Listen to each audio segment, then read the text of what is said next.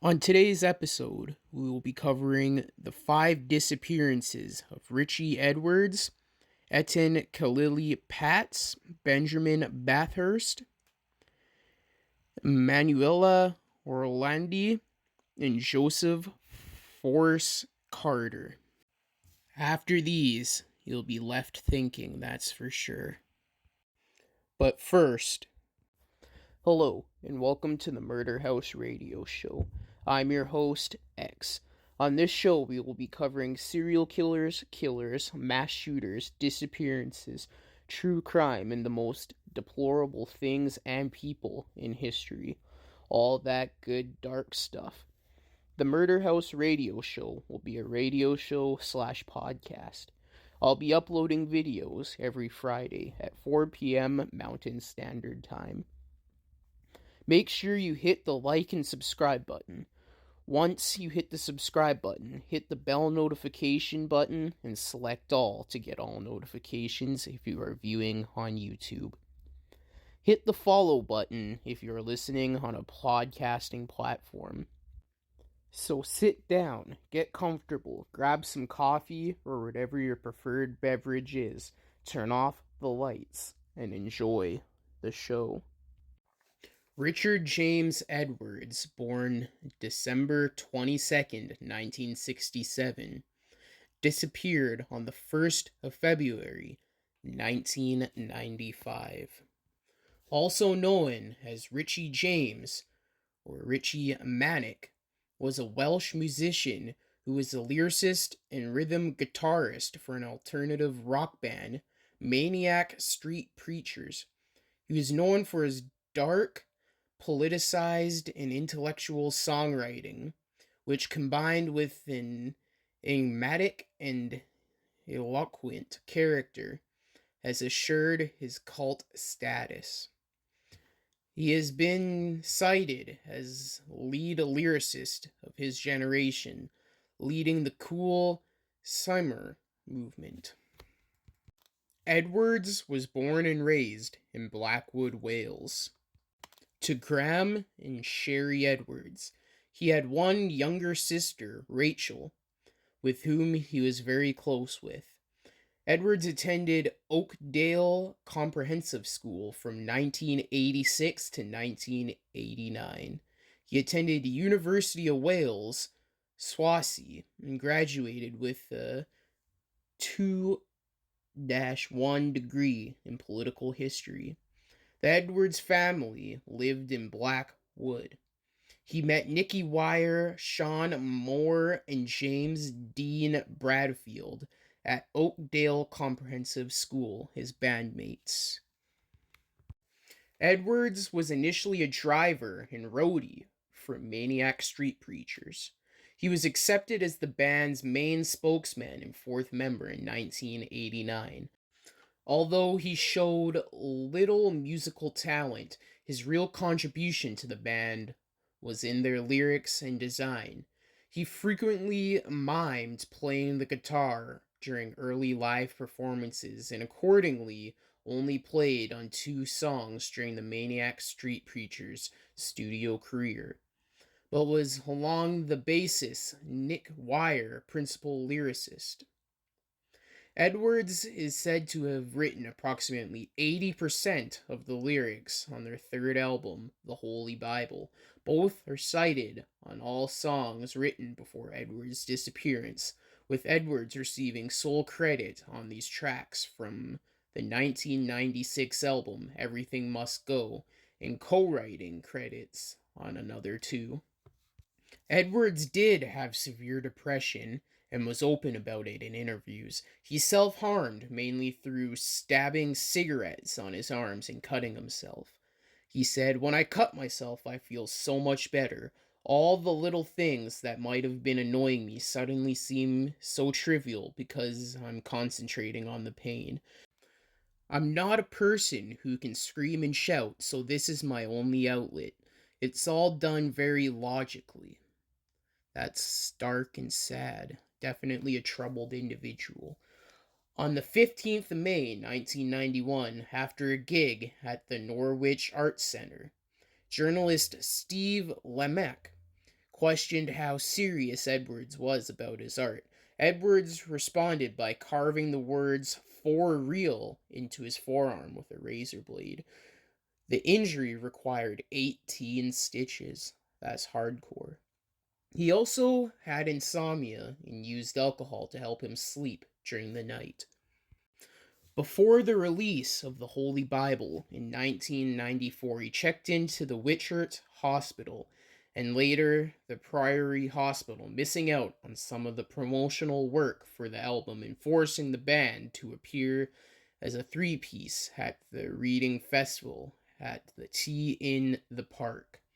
Following his release from the Priory in September, Manic Street Preachers toured Europe with Sudi and Therapy for what would be their last time. Edward's final live appearance was at the London Astoria on the 21st of December 1994.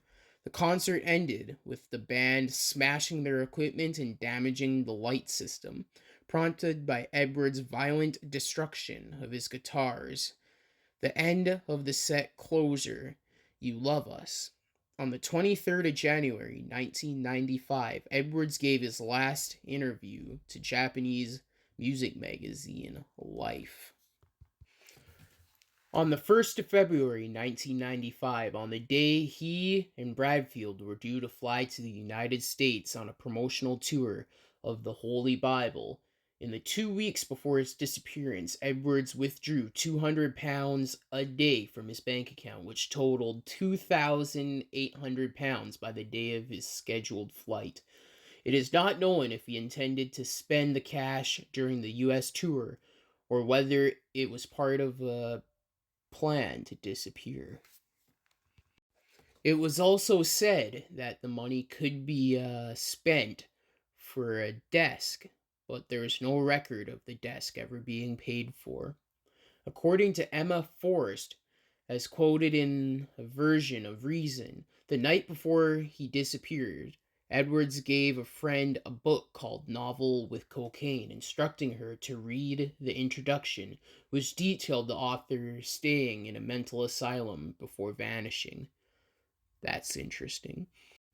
While staying at the Embassy Hotel in Baystor Road, London, according to Rob Jovanic's biography, Edwards removed some books and videos from his bag. Among them was a copy of the play Accuse. Edwards placed them in a box with a note that said, "I love you," wrapped the box like a birthday present, and decorated it with collages and literary quotations, including a picture of dramatic-looking house and Bugs Bunny. The package was addressed to Edward's on-and-off girlfriend, Jo, whom he'd met some years before, although they had split a few weeks before. The next morning, Edwards collected his wallet, car keys, some Prozac, and his passport. He reportedly checked out of the hotel at 7 a.m., leaving his toiletries, packed suitcase, and some of his Prozac. He then drove up to his flat in Cardiff, leaving behind his passport, his Prozac, and Severn Bridge toll booth receipt.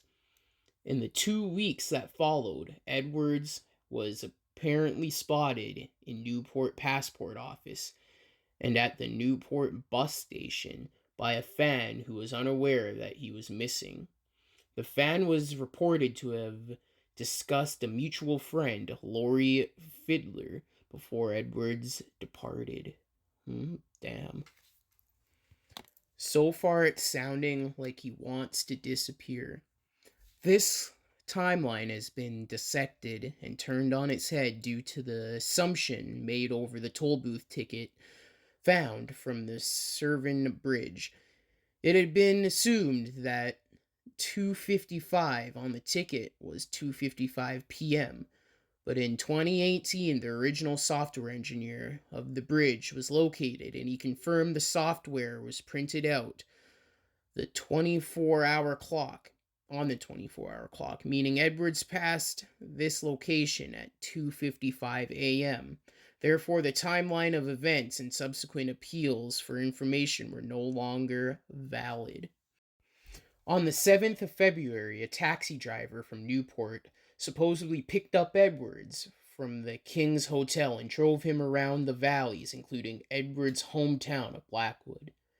The driver reported that the passenger had spoken in a Cockney accent, which occasionally slipped into a Welsh one, so maybe masking his identity, and that he had asked if he could lie down on the back seat. Eventually, they reached Blackwood and the bus station, but the passenger reportedly said this is not the place and asked to be taken to Pontypool railway station. It was later ascertained, according to Jonovac's account, that Pontypool did not have a telephone. The passenger got out at the Servanview service station near Ost, South Gloucestershire, and paid the $68 or pound fare in cash. On the 14th of February, Edwards Vauxhall Carolier received a parking ticket at the Servanview service station. On the 17th of February, the vehicle was reported as abandoned. Police discovered the battery to be dead, with evidence that the car had been lived in. The car also had photos he had taken of his family days prior. Due to the service station's proximity to Severn Bridge, a known suicide site, it was widely believed that Edwards had jumped from the bridge. Well, from what I read earlier, is not surprising. Tragic, but not surprising. Many people who knew Edwards, however, have said that he was never the type to contemplate suicide. And he himself was quoted in 1994 as saying, "In terms of the S word, that does not enter my mind, and it never has. In terms of an attempt, because I am stronger than that. I might be a weak person, but I can take pain." However, since this, Edwards has reportedly been spotted in a market in Goa, also in India, and on an island of Fuerteventura and Lanzarote. There have been other alleged sightings of Edwards, especially in the years immediately following his disappearance. However, none of these have proven conclusive, and none of them have been confirmed by investigators. In 2018, it was revealed that the bridge's toll receipt was time-stamped with a 24-hour clock, meaning he would have crossed the bridge at 2:55 a.m. rather than 2:55 p.m., as previously thought for 25 years. The investigation itself has received criticism. In his 1999 book, Everything, a book about Manic Street Preachers, Simon Price states that aspects of the investigation were far from satisfactory. He asserts the police may not have taken Edward's mental state into account when prioritizing his disappearance, and also records of Edward's sister Rachel as having hid out at police handling after CCTV footage was analyzed 2 years after Edwards vanished. Price records a member of the investigation team as stating that the idea that you could identify somebody from that is inherent nonsense. But yeah, if you ask me, I think he may have did the deed. But if he did, I guess his body would have washed up somewhere if it was into water. But he could have also faked his death. You never know. What do you guys think? Etan Kalil Patz was a 6-year-old American boy on May 25th, 1979, when he disappeared on his way to a school bus stop at Soho neighborhood of Lower Manhattan. His disappearance helped launch a missing children's movement, which included new legislation and new methods for tracking down missing children. Several years after he disappeared, Patz was one of the first children to be profiled on the photo on a milk carton campaigns of the early 1980s. In 1983, President Ronald Reagan actually designated May 25th the anniversary of Etan's disappearance as National Missing Children's Day in America.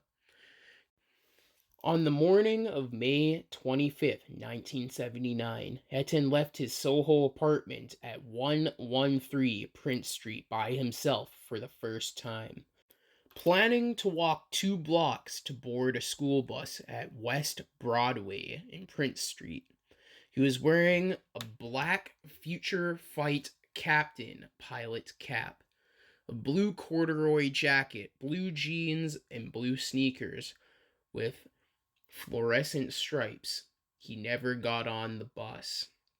At school, Etan's teacher noticed his absence, but did not report it to the principal. When Etan did not return home after school, his mother Julie called the police. At first, detectives considered patzes to be possible suspects, but quickly determined they had no involvement. An intense search began that evening, using nearly 100 police officers and a team of bloodhounds. The search continued for weeks. Neighbors and police canvassed the city and placed missing child's posters featuring Etan's portrait, but this resulted in few leads. Etan's father, Stanley, was a professional photographer and had a collection of photographs he had taken of his son. His photos of Etan were printed on countless missing child's posters and milk cartons. They were also projected on screens in Times Square. Decades later, it was determined that Patz had been abducted and murdered the same day that he went missing. The case was reopened in 2010 by the Manhattan District Attorney's Office. The FBI excavated the basement of the alleged crime scene near Patz's residence but discovered no new evidence. Pedro Hernandez, a suspect who confessed, was charged and indicted later that year on charges of second-degree murder and first-degree kidnapping. In 2014, the case went through a series of hearings to determine whether or not Hernandez's statements before he received his Miranda rights were legally admissible at trial. His trial began in January 2015 and it ended with a mistrial in May, when one of the 12 jurors held out.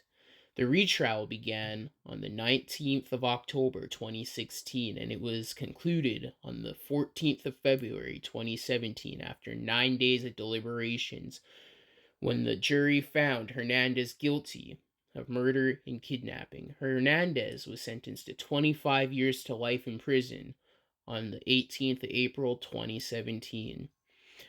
He will not be eligible for parole for 25 years. In 2012, Jose Lopez, a man from New Jersey, reached out to investigators because he believed that Hernandez, Lopez's brother-in-law, was responsible for Etan's disappearance. Statements by Hernandez's sister, Nina Hernandez, and Thomas Rivera, leader of charismatic Christian group St. Anthony of Padua, a Roman Catholic church in Camden, New Jersey, indicated that Hernandez may have publicly confessed in the presence of fellow parishioners in the early 1980s to having murdered Etan. According to Hernandez's sister, it was an open family secret that he had confessed in the church. So, I guess this case is technically solved, but the boy is still missing. Could this be his killer? What do you guys think? Or do you think it's just a very mentally disturbed person taking the blame for, or taking the credit, I should say, for what this would be a heinous deed? What are your guys' thoughts? Benjamin Bathurst, born March 18th, 1784, was a British diplomat who disappeared in Prussia during the Napoleonic Wars. He was the third son of Henry Bathurst, Bishop of Norwich, and his sister was poet Caroline de Crespigny. Bathurst's disappearance in 1809 sparked much debate and speculation about his ultimate fate. His story is frequently used in science fiction stories based on a widespread belief that his disappearance was practically sudden, perhaps supernatural in nature. Modern research suggests the circumstances of Bathurst's disappearance were widely embellished and that he was almost certainly murdered. On the 25th of November, 1809, Bathurst and his courier, Hurry Curros, by chassis under the aliases of Brannon de Coach and Fisher, respectively, stopped at a town of Plegberg west of Berlin. After ordering fresh horses at the post house, Bathurst and Croce walked to a nearby inn at the White Swan. After ordering an early dinner, Bathurst is said to have spent several hours writing in a small room set aside for him in the inn.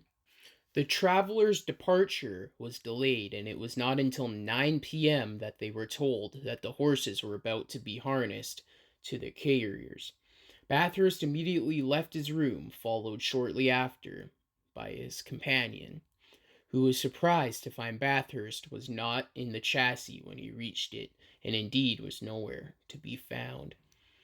Bathurst's disappearance did not create much excitement at the time, since Prussia was entombed with bandits, stranglers from the Napoleon's army, and German revolutionaries. Additionally, murderers and robberies were so common that the loss of one's commercial traveler, which Bathurst was traveling as, was barely noticed, especially since at the time there was hardly any legal authorities in Prussia. News of the disappearance did not reach England for some weeks after Kurst had managed to board a ship in Hamburg. In December, Bathurst's father, Henry Bathurst, Bishop of Norwich, received a summons from the Foreign Secretary, Richard Wesley, to attend him at Apsley House, where Wesley informed the bishop of his son's disappearance. Bathurst's wife immediately left for Prussia to search for her husband, accompanied by an explorer, Heinrich Rogentin. They arrived at Plegberg to find the authorities had been looking into the affair and that Captain von Kiltzing had been put in charge of the investigation.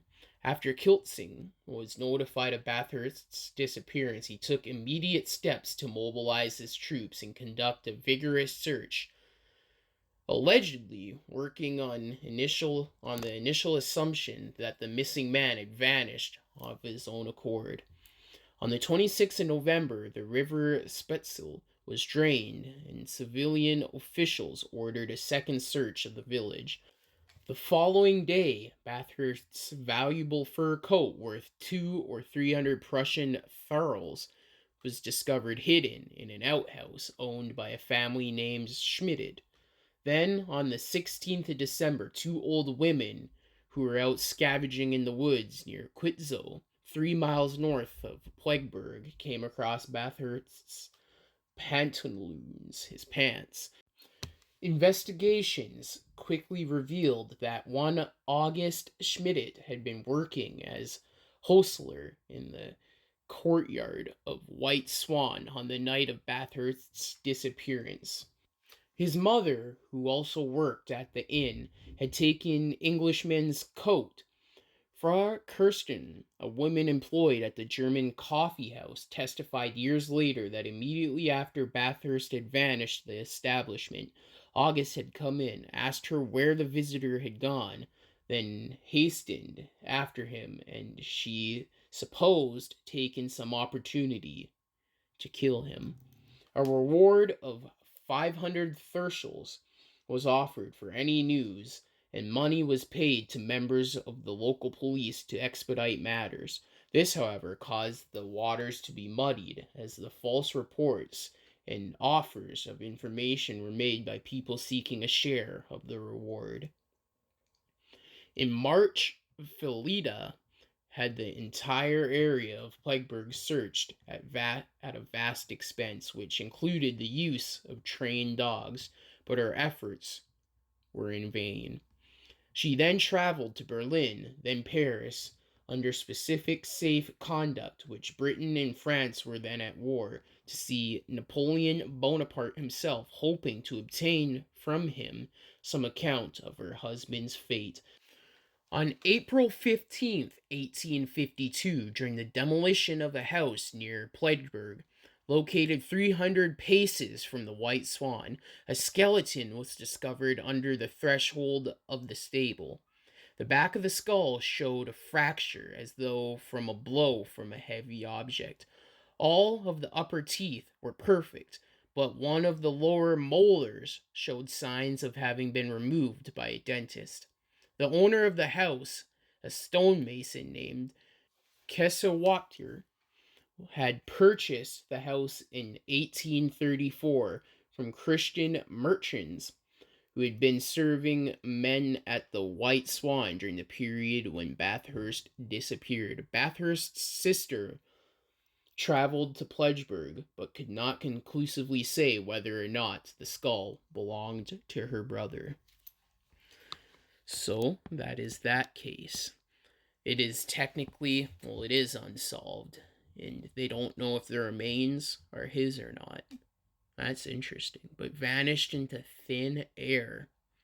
Like, damn. And they searched thoroughly, so, like, I don't even know, man. What do you guys think?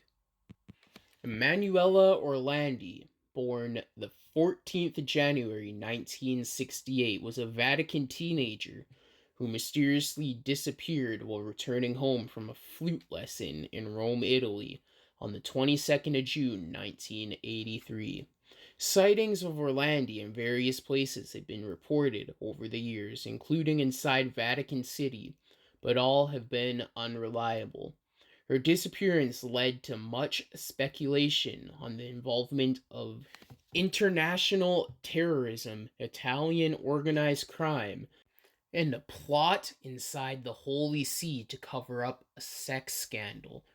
Orlandi's family, in particular her brother Pietro, consistently pressed the Vatican for release of information about the case, believing the Holy See knew more than it admitted. The Vatican always maintained a strict silence about the matter, denying any accusations of involvement, but over the years, many voices from inside the Holy See suggested that someone actually knew what happened to the missing girl.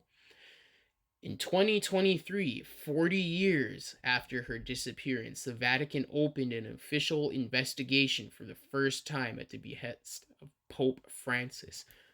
40 years later. That's embarrassing. But better late than never, but nonetheless embarrassing. Screams cover up. So, Orlandi usually traveled by bus to the music school located at Piazza di Sant'Apollinare.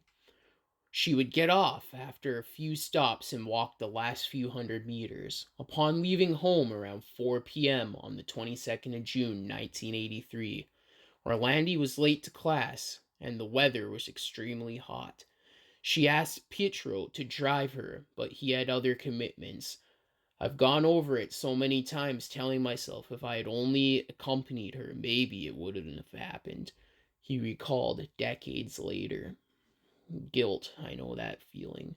At the end of class, Orlandi phoned home and explained to her sister that before the lesson she had received a job offer from a representative of Avon Products to hand out flyers at a fashion show for 370,000 lire, around 590 euros for 2 hours. Frederica told her not to accept the offer, believing the compensation to be excessive and thus unreliable, and suggested discussing the matters with her parents first. While leaving school, Orlandi spoke of the job with two female classmates who then left her at a bus stop in Corso or Messacanero, in front of Palazzo Mamanda. She was last seen around 7:30 p.m. at the bus stop in the company of another girl who was never identified. After waiting for her for hours, Orlandi's family began to worry and started looking for her in an area between the Vatican and the music school. They called the director of the music school to ask if any of their daughter's classmates had seen or have any information about her. Her father then went to the police to report her as missing, but they assumed she was just with friends and suggested waiting. Orlandi was officially declared missing the next morning. Over the next 2 days, announcements of her disappearance was published in the Italian newspapers. At 6 p.m. on the 25th of June, a Saturday, a phone call was received from a young man who claimed to be a 16-year-old boy named Pelargi. He reported that him and his fiancée had met Orlandi in a Plaza Nova that afternoon. The young man mentioned her flute, hair, and a pair of glasses that she did not like to wear, along with other details that fit the missing girl. According to the man, Orlandi had just had a haircut and had introduced herself as Barbarella, stating that she had just run away from home and was selling Havano products. On the 28th of June, a man calling himself Mario phoned the family and claimed to own a bar near Ponte Veturo, between the Vatican and the music school. He reported that a new customer, a young girl named Barbara, had confided to him about being a runaway, but said that she would return home from her sister's wedding. 2 days later, a large number of posters displaying Orlandi's photograph were plastered across Rome. During the Angelus, on the 3rd of July, Pope John Paul II issued an appeal to those responsible for Orlandi's disappearance, making the hypothesis of a kidnapping official for the first time.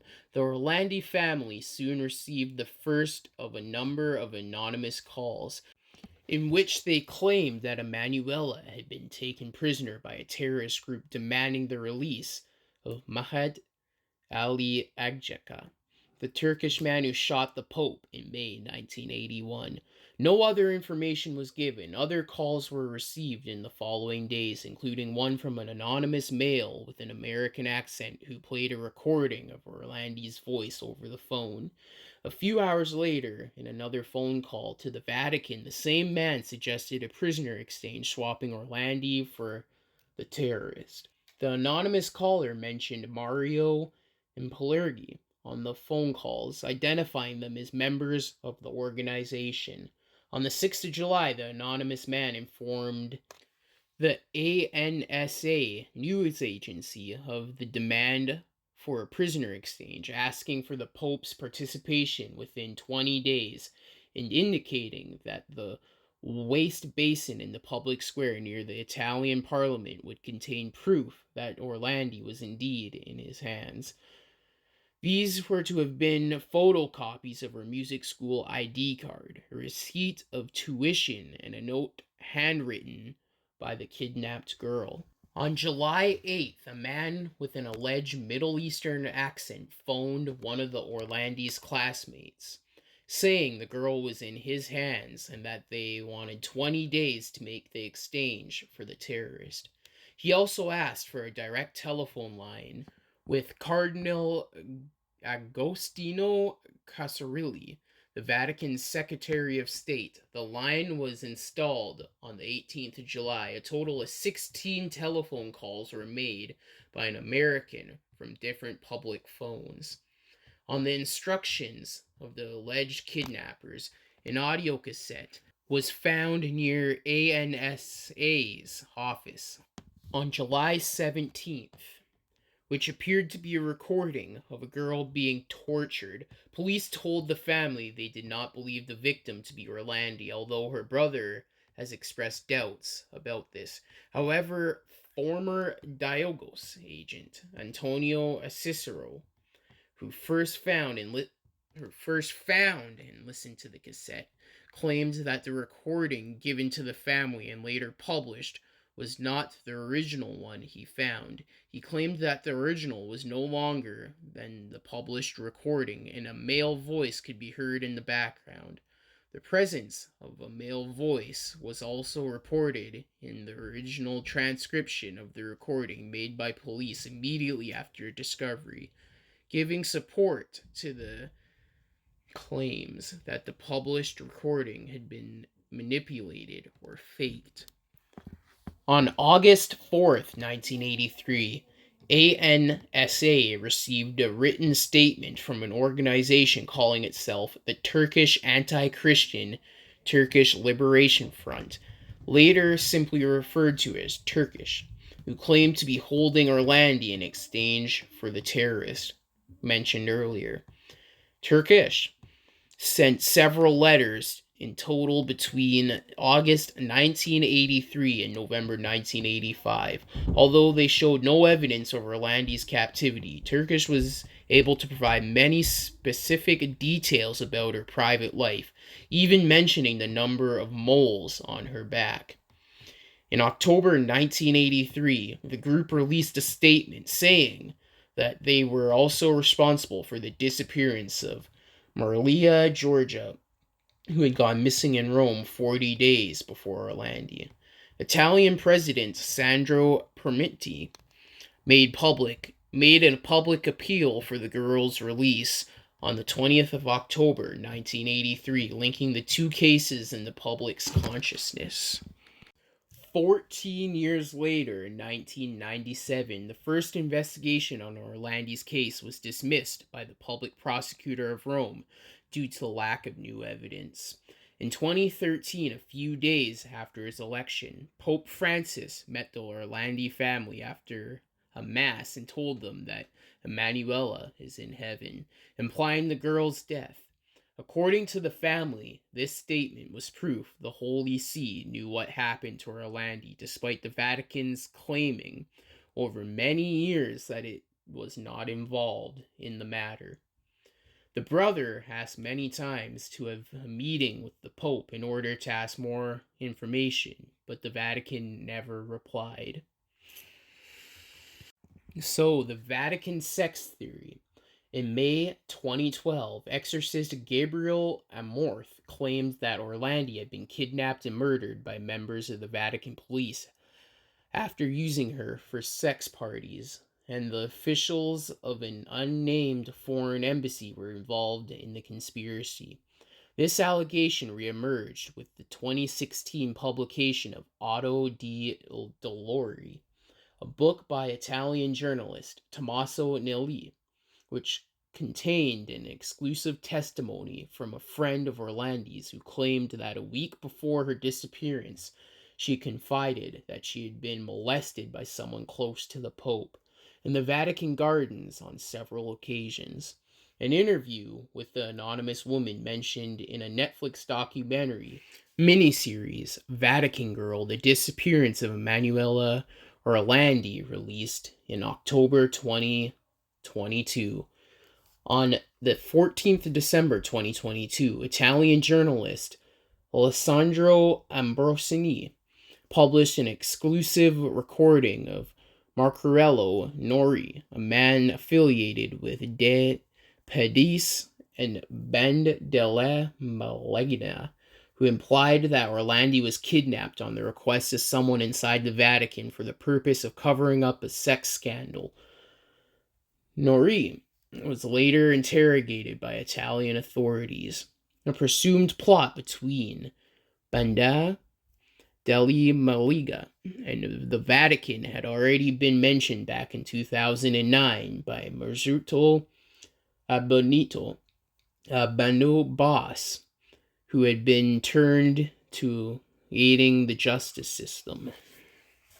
Sorry for those horrible pronunciations. I do not speak Italian. But yeah, those are 4 bizarre disappearances that aren't technically solved. But that last one, that's definitely a Vatican cover-up right there. Yeah, because, like, you would think the Vatican would do everything they can to help since it's a holy organization, air quotes.